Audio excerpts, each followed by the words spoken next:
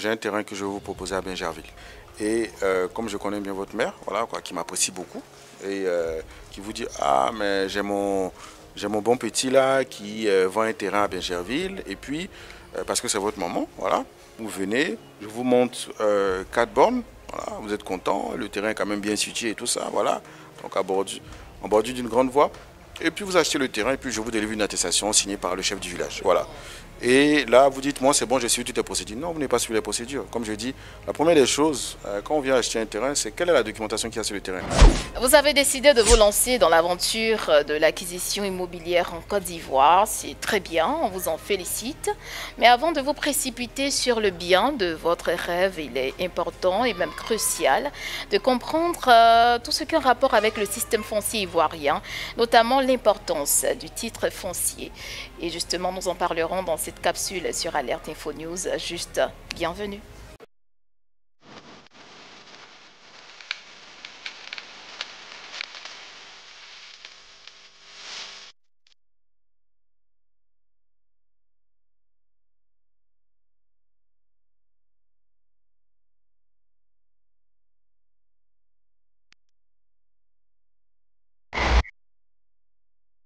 Eh bien, merci d'être en notre compagnie pour traiter ce sujet. Nous sommes en compagnie d'un spécialiste, Monsieur Guillaume Yeboué. Il est directeur général de NS Immobilier, agence immobilière agréée par l'État de Côte d'Ivoire, justement.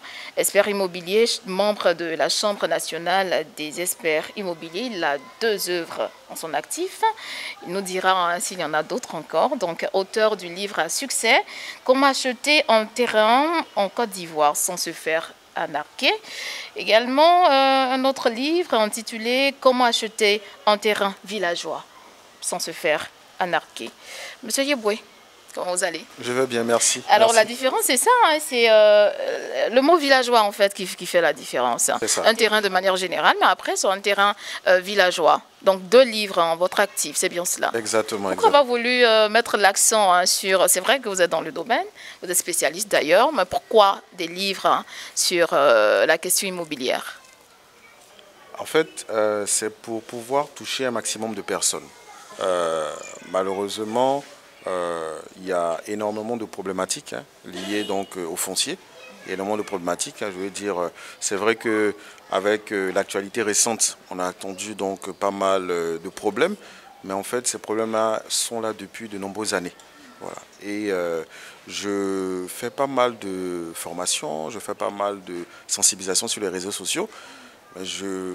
Malheureusement, je continue à voir que ça continue à prospérer encore. Donc justement, en fait, ces arnaques, comme j'aime appeler. En même temps, je me demande, est-ce que c'est possible de balayer du revers de la main toutes ces arnaques dans ce domaine? Parce que c'est un problème, comme vous l'avez dit, qui date de belle lurette. Il y a des formations, ça et là, des sensibilisations, mais le problème persiste en réalité.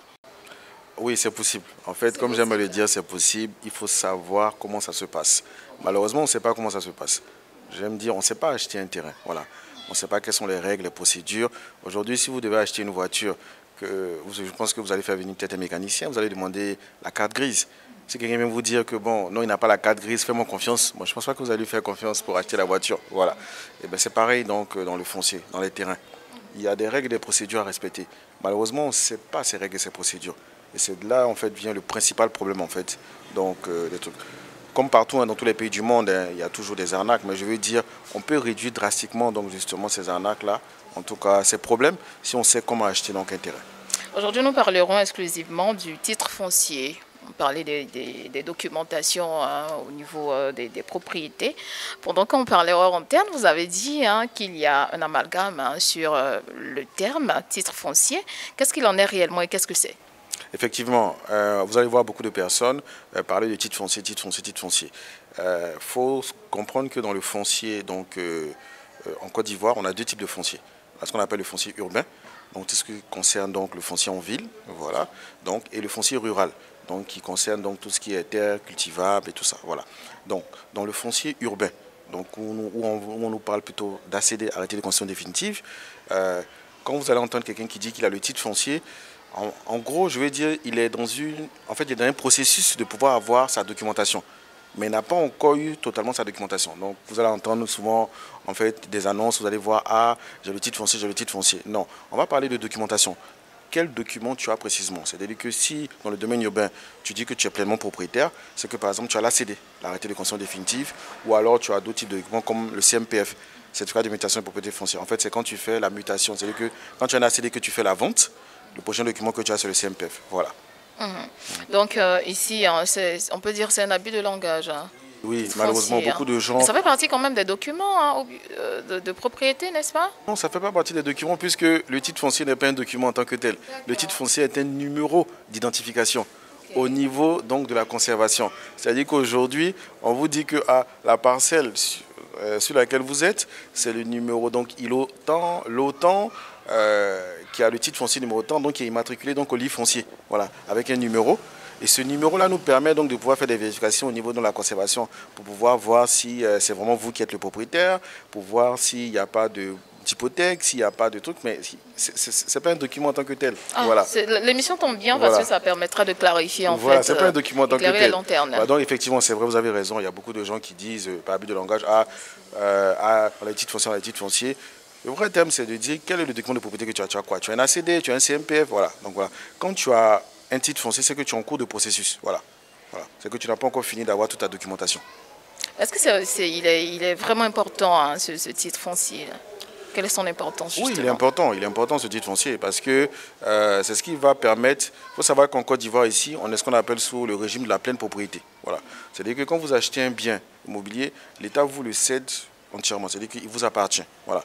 Et pour qu'il n'y ait pas de problème ou quoi que ce soit dans le processus, il y a ce qu'on appelle la création de titre foncier. Donc pour que vous soyez inscrit donc, au livre foncier, qui va dire qu'effectivement, l'État reconnaît que dans sa cartographie, telle parcelle, donc avec le numéro de titre foncier, tant, appartient bien donc à Madame Tant ou à Monsieur Tant. Voilà. Donc c'est un élément très important dans le processus, mais je vais dire, ce n'est pas l'élément déterminant. C'est-à-dire qu'aujourd'hui, on peut avoir dans le processus, donc, pour avoir donc, son document de propriété, son ACD, la création de titre foncier. C'est-à-dire qu'aujourd'hui, si par exemple vous achetez, par exemple, en tout cas avant la réforme, vous achetez donc une addition villageoise, dans le processus pour avoir votre ACD, un moment au niveau de la conservation, on crée le titre foncier. C'est pas parce qu'on a créé le titre foncier que vous êtes propriétaire. Quand on a créé le titre foncier, c'était toujours au nom de l'État. Le titre foncier ne veut pas dire que je suis propriétaire en fait du bien. C'est bien ça? C'est-à-dire que ce qui va dire que vous êtes propriétaire, c'est que vous avez un document de propriété. Okay. Les documents de propriété qui sont reconnus dans le domaine urbain, je précise bien, parce que c'est différent dans le domaine rural. Voilà, dans le domaine urbain, c'est un ACD, un CMPF ou un CPF. Voilà. Donc ça, c'est ces documents-là. Donc quand quelqu'un dit il est vraiment propriétaire, c'est ces éléments. Donc bien sûr que à l'intérieur donc de l'ACD, du CMPF, du CPF, il y a un numéro de titre foncier qui nous permet de faire des vérifications. Mais je précise que dans le contexte, quand quelqu'un dit qu'il a le titre foncier, c'est un abus de langage. Soit tu as ton ACD, si tu as le titre foncier, c'est que tu n'as pas encore arrivé au terme pour avoir ton ACD. D'accord. En parlant des étapes, est-ce qu'on peut passer en revue substantiellement les étapes d'acquisition de certains documents dont vous parliez? Parce que là, vous avez dit au niveau du titre foncier, on a bu le langage en précisant, on n'est pas encore arrivé à une telle étape, mais quelles sont les étapes précisément? La première des choses, quand vous voulez acheter un terrain, c'est de demander la documentation. Quelle est la documentation qu'il y a sur la parcelle? Très important. Je vois même que vous... Ah bon? Oui, si, il faut demander la documentation. Quelle documentation il y a sur le terrain? Dans le livre que j'ai écrit, j'ai expliqué qu'on a 4 types donc, de terrain en Côte d'Ivoire. Voilà. Le premier type de terrain, c'est quelqu'un qui est en pleine propriété. Donc, il y a un ACD, un CMPF, un CPF. Voilà, quoi. Donc ça c'est facile. Vous passez directement donc, chez un notaire pour faire la mutation. Voilà. Et puis, vous pouvez avoir, par exemple, ce qu'on appelle une attestation villageoise. En tout cas, avant la réforme, parce que maintenant, avec la réforme de l'ADU, attestation de droit d'usage, voilà. En gros, on vous dit que quand vous achetez un terrain, il faut vous assurer que vous soyez dans un lotissement approuvé. Voilà. C'est-à-dire que vous assurez que vous soyez dans un lotissement approuvé. Et le document que vous devez demander, en tout cas à partir de maintenant, c'est ce qu'on appelle l'ADU, l'attestation de droit d'usage. Voilà. Donc, quand vous devez acheter donc un terrain, aujourd'hui, en tout cas, vous devez demander l'ADU. En tout cas, selon les nouvelles réformes en cours. Voilà. Est-ce qu'il a l'attestation de droit d'usage? Et puis aller faire les vérifications au niveau donc, du ministère pour s'assurer que tout est conforme. On a aussi d'autres documents qui datent d'avant la réforme de 2013. On a par exemple ce qu'on appelle la lettre d'attribution. En fait, la lettre d'attribution, c'est des documents qui étaient signés par le préfet, mais par le ministre du pays. Donc, quand vous avez ces documents-là, ou bien on a aussi l'ACP, l'arrêté de concession provisoire. Voilà. Donc quand vous avez ces documents-là, il y a toute une autre forme aussi de procédure à faire. Donc vous voyez qu'il y a de la documentation à demander. Voilà. Il y a un quatrième type de terrain que je n'ai pas parlé, ce qu'on appelle les préfinancements. C'est-à-dire que quelqu'un est en train de faire sa documentation pour pouvoir donc justement être propriétaire. Et pendant qu'il est en train de faire cette documentation, c'est là que vous allez entendre que le lotissement en cours, ou bien l'ACD en cours, et tout ça. Et donc, en fait, juridiquement, il n'a pas le droit de vendre. Voilà. Parce que pour vendre, il faut être propriétaire de son bien. Voilà, c'est ce que la loi nous dit. Donc, pendant qu'il est en train de faire donc, le processus, et parce qu'il a besoin de financement, il va donc vous proposer donc, justement des lots en échange donc, de l'argent pour financer donc, son projet. C'est des opérations qui sont quand même assez risquées. Et puis malheureusement, ces derniers temps, on voit énormément de ce type de propositions. Et il est important de faire comprendre aux gens que pour ce type de terrain-là, vous n'achetez pas un terrain, vous investissez dans un projet. Avec le risque que ça aboutisse, ou le risque que ça n'aboutisse pas. Voilà. Donc c'est bien, en fait, c'est important de préciser aux personnes qui vont s'investir dans ce genre de projet-là que ce n'est pas parce que tu as fini d'acheter un terrain en préfinancement quand tu as donné une attestation villageoise que tu es propriétaire. Non. Après, c'est pour dire que le processus est assez long hein, pour acquérir une propriété. Pas le processus qui est long, c'est-à-dire que pour acquérir une propriété, c'est pas compliqué. Vous voyez une parcelle, vous demandez la documentation. Maintenant, c'est pour qu'on puisse faire peut-être la mutation qui est à votre nom. Parce qu'on est en droit, en fait, on est en immobilier. C'est pas vous avez un frigo, je vous le vends et puis le frigo est à vous en même temps. Non, c'est pas ça. Il y a ce qu'on appelle le transfert de propriété. Voilà, c'est-à-dire que vous avez un bien, il faut vous assurer que le bien, moi j'ai un bien, voilà, j'ai un terrain à Bingerville que je vais vous vendre. Il faut vous assurer que le terrain m'appartient. Voilà. Si le terrain appartient à ma mère, c'est vrai qu'elle même de tout son cœur, bon, je n'ai pas le droit de vendre son terrain, voilà quoi, même s'il y en a assez dessus. Donc il faut s'assurer que le terrain m'appartient bien, il faut m'assurer que j'ai toute la documentation pour pouvoir vendre et surtout que je puisse vous transmettre donc justement ça. Donc je dis l'acte d'achat n'est pas compliqué, c'est l'acte de mutation pour s'assurer qu'effectivement, est-ce que toute la documentation est requise pour pouvoir faire la mutation. Souvent c'est ça que... En fait, c'est là souvent ça pêche un peu. En parlant de péché, hein, il y a certaines personnes justement qui disent avoir suivi hein, toutes ces étapes, mais après se font gruger par des vendeurs mal intentionnés. Réellement, c'est quoi le problème? En même temps, on parle de cette question de litige foncier. Je ne pense pas que les gens aient vraiment suivi donc, les règles et ils se soient donc justement et qu'ils se soient fait arnaquer. Pour moi, je pense sincèrement que par exemple, j'ai un terrain que je vais vous proposer à Bingerville. Voilà. Donc, j'ai un terrain que je vais vous proposer à Bingerville. Et comme je connais bien votre mère, voilà, quoi, qui m'apprécie beaucoup, et qui vous dit, ah, mais j'ai mon bon petit là qui vend un terrain à Bingerville. Et puis, parce que c'est votre maman, voilà, vous venez, je vous montre 4 bornes, voilà, vous êtes content, le terrain est quand même bien situé et tout ça, voilà. Donc, en bordure d'une grande voie. Et puis vous achetez le terrain et puis je vous délivre une attestation signée par le chef du village. Voilà. Et là, vous dites, moi c'est bon, j'ai suivi toutes les procédures. Non, vous n'avez pas suivi les procédures. Comme je dis, la première des choses, quand on vient acheter un terrain, c'est quelle est la documentation qu'il y a sur le terrain. Donc, bien vrai que je suis le bon petit de votre maman, mais c'est vous qui allez faire l'achat quand même du terrain. Donc, ah, monsieur Eboué, merci beaucoup. C'est vrai que c'est pas maman, mais quelle est la documentation qu'il y a sur le terrain? Ah, écoute, moi j'ai une attestation villageoise. Qui dit attestation villageoise va dire, ah, est-ce que le lotissement est approuvé? C'est sa première question.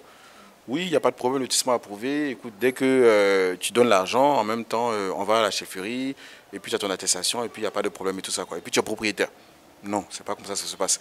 Vous devez aller, comme je l'ai dit, vous devez aller vous renseigner donc déjà au niveau du ministère, donc peut-être avec l'attestation villageoise qu'il a, enfin que j'ai, pour vous rassurer qu'effectivement le lotissement est bien approuvé, que je suis reconnu au niveau du ministère. Vous devez aller faire des recherches supplémentaires au niveau donc, du village, pour vous assurer que effectivement je suis bien reconnu là-bas, en tout cas dans les fichiers au niveau du village. Et quand vous avez fini d'acheter avec moi, si c'est bon, vous devez engager en même temps votre demande d'ACD. Voilà. Donc vous voyez que je ne pense pas que toutes ces personnes aient fait toutes ces vérifications-là. Voilà. En même temps, parlons de ces personnes, on les a vues sur la toile, hein, avec l'affaire Komé Bakari, problème au niveau de Durabilité 2 et autres. Quelle est votre analyse hein, de manière globale de la chose? En fait, c'est un peu difficile pour moi de parler de sujets que je ne maîtrise pas. Voilà. Quand je dis je ne maîtrise pas, je veux dire, moi j'aime avoir toute la documentation. Voilà. Donc je ne rentrerai pas dans le fond justement du sujet. Mais pour connaître le lotissement, je pourrais parler un peu justement de la spécificité de ce lotissement. Le lotissement donc de Bessie, quoi, de Robité. En fait, il faut savoir qu'à l'origine, c'était d'abord un premier village, donc le village donc, de Abobo Baolé, qui avait initié le lotissement et puis c'est eux qui signaient donc les attestations villageoises. Il s'avérait que par la suite, il y a eu donc palabre entre eux et puis le village de Robité. Et donc, il y a eu un moment où c'était suspendu. Voilà. Et après, maintenant, il s'avère que quand ils sont arrivés en justice, c'est le village de Robité qui a gagné et c'est eux donc, qui ont pu donc, signer donc, les attestations. Mais ce qu'on oublie de dire, c'est qu'au début, il y a eu des attestations qui ont été vendues, signées par la chefferie d'Abobo Baolé. Quand ça a été interrompu, Abobo Baolé a continué de vendre des attestations. Djorobité a continué de vendre parce que chacun espérait qu'on gagne. C'est vrai qu'aujourd'hui on sait que c'est Djorobité, mais en son temps on ne savait pas, donc chacun vendait. Et c'est dans ce, on va dire dans ce brouhaha malheureusement que d'autres personnes se sont insérées, voilà, se sont introduites. Donc c'est vrai que c'est dommage et c'est préjudiciable pour toutes ces personnes qui investissent, mais il est important de préciser que ça reste un cas spécifique, voilà quoi, par rapport donc à ces palabres-là qu'il y a eu. Voilà. Heureusement, ce n'est pas le cas de la majeure partie donc, des lotissements.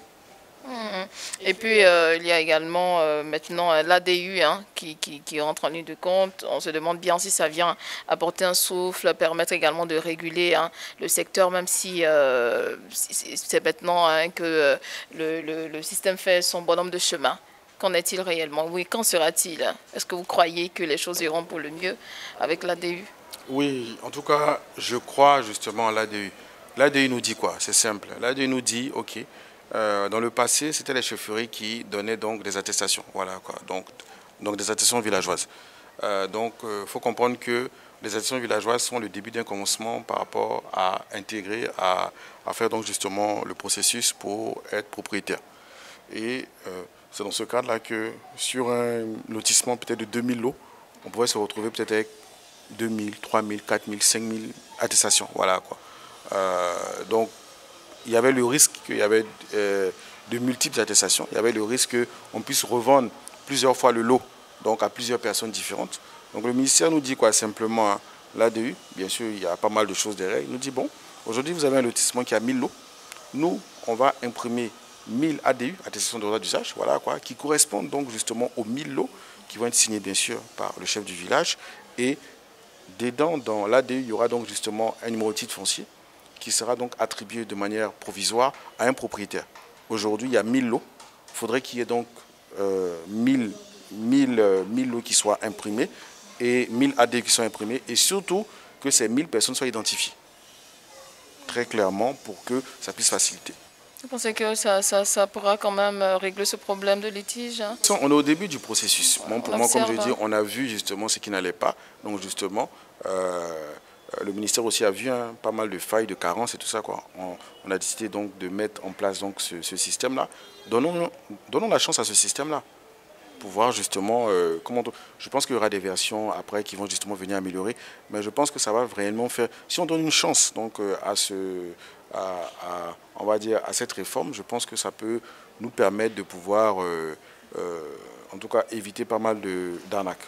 Et en même temps, le ministère a été pointé vigoureusement du doigt dans cette affaire de litige foncier. On a eu à interroger la population ivoirienne, donc des Ivoiriens, qui ont dit qu'il était vraiment simple pour le ministère de vérifier dans ses fichiers, parce que certains disent que sur un même terrain, il y a plusieurs attestations, on va dire, à plusieurs ACD. Déjà, on va intégrer le micro-trottoir dans l'élément pour juste ressasser ce que nous avons vécu sur le terrain.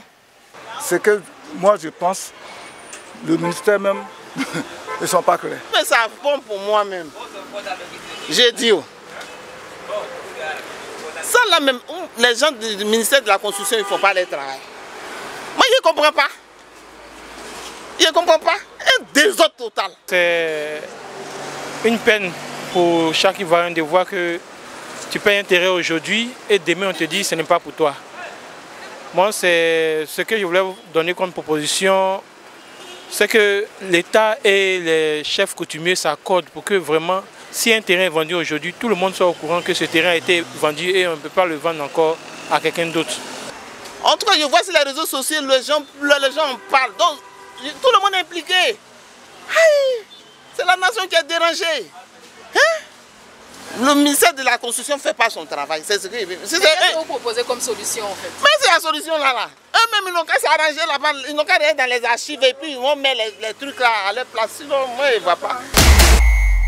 Donc, Monsieur Yeboué, on constate que pour certains Ivoiriens, c'est assez facile. Hein. Voilà, le ministère, il a le fichier, il faut regarder.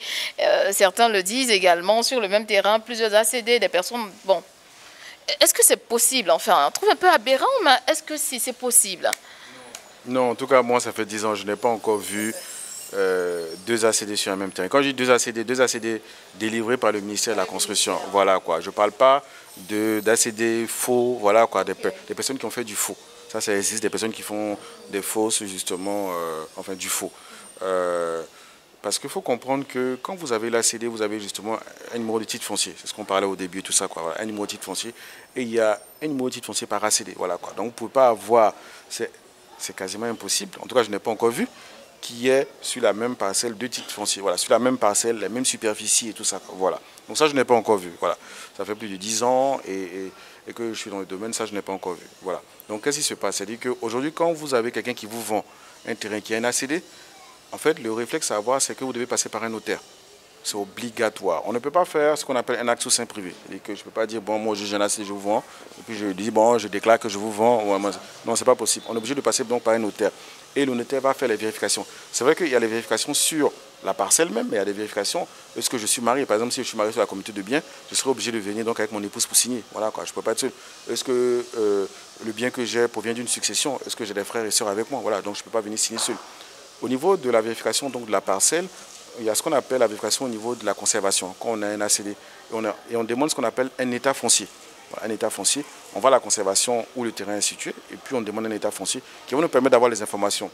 Donc de savoir, est-ce que c'est vraiment vous qui êtes le propriétaire? Est-ce qu'il n'y a pas, est-ce que c'est les bonnes superficies? Est-ce qu'il n'y a pas de, on va dire, de litige sur la parcelle? Est-ce qu'il n'y a pas d'hypothèque sur la parcelle? Voilà. Donc je veux dire, avec cette simple vérification, que n'importe qui peut aller faire, hein, voilà, il suffit de se rendre à la conservation avec le numéro de titre foncier, voilà, avec le numéro de titre foncier qui est sur l'ACD pour avoir donc ces informations. J'ai bien envie de dire hein, qu'il faut, avant de se lancer dans l'acquisition d'un bien, il faut s'informer et puis se former, surtout hein, avec M. Yeboué par exemple. Mais oui, parce que ça reste quand même, c'est pour ça qu'il y a un livre qui a été écrit justement, livre, voilà, quoi. Effectivement. Très facile, très accessible et tout ça, quoi. D'accord. Alors M. Yeboué, on termine déjà justement l'émission. On a pris plaisir à être en votre compagnie, surtout savoir quelques aspects au niveau hein, de l'acquisition d'un bien immobilier. Je pense bien qu'on se retrouvera pour encore décortiquer, puisque le domaine est assez vaste hein, et la population est vraiment ignorante sur certains points. Il serait important pour nous hein, d'aborder quelques thématiques pour éclairer les lanternes et permettre aussi à ces personnes-là de ne plus se faire arnaquer. Et pourquoi pas acheter votre livre justement. Merci bien de nous avoir accordé votre temps. Ça a été un plaisir. Merci beaucoup, merci à vous. Nous vous en prions. N'oublions pas également que vous aviez été félicité hein, par le ministère de la Construction pour le travail abattu. Merci beaucoup. On vous en félicite énormément. Merci beaucoup. Je vous en prie. Alors c'est ici hein, que nous marquons, où nous mettons un terme à cette capsule. Merci bien de nous avoir suivis. Surtout restez connectés sur Alerte Info News et à très bientôt.